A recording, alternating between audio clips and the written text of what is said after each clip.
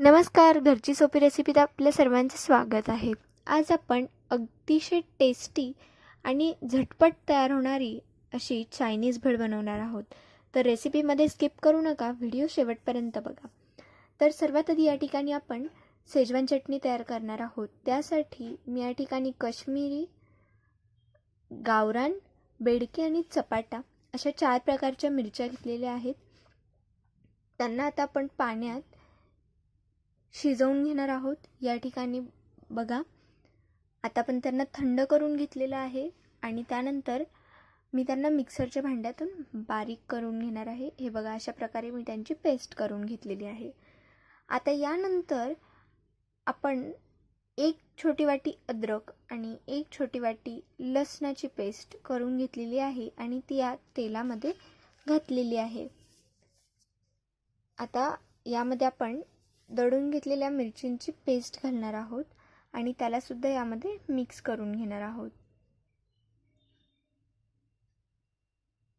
या ठिकाणी 1 टेबलस्पून मिरपूड घातलेली आहे, चवीनुसार मीठ घालायचं आहे आणि 1 टेबलस्पून साखर घातलेली आहे.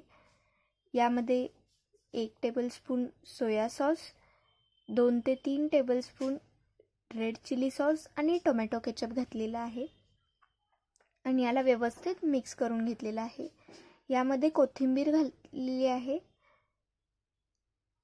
आणि कोथिंबीरच्या काड्या सुद्धा घातलेल्या आहेत. आता जर तुम्ही चटणी जास्त बनवली आणि तुम्हाला ती स्टोअर करून ठेवायची आहे तर यामध्ये तुम्ही व्हिनेगर घालू शकतात, साधारणतः 2 चमचे. आणि या ठिकाणी तुम्ही बघू शकतात चटणी छान तयार झालेली आहे. यामध्ये फूड कलर ऑप्शनल आहे, जर तुम्हाला घालायचं असेल तर तुम्ही घालू शकतात, नाहीतर तसं आपण या ठिकाणी चपाटा, काश्मीरी आणि बेडकी मिरची घातलेली आहे, त्या मिरच्या कलर येण्यासाठीच असतात. त्यामुळे चटणीला ऑलरेडी छान असा लाल रंग आलेला आहे. आता या ठिकाणी मी कोबी बारीक किसून घेतलेली आहे आणि यामध्ये रेडीमेड चायनीज शेव मिळतात, ते या ठिकाणी 1 ताटली घातलेली आहे.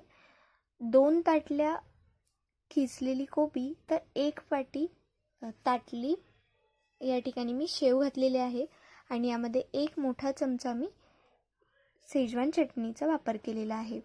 आता तुम्हाला जसं तिखट हवं आहे तशा पद्धतीने तुम्ही चटणी वाढवू शकतात किंवा कमी घालू शकतात आणि अशा पद्धतीने एकदम टेस्ट आणि अप्रतिम अशी चायनीज भेळ तयार झाली आहे. व्हिडिओ कसा वाटला कमेंट करून कळवा. आवडला असेल तर व्हिडिओला लाईक आणि चॅनलला सबस्क्राईब करायला विसरू नका. धन्यवाद.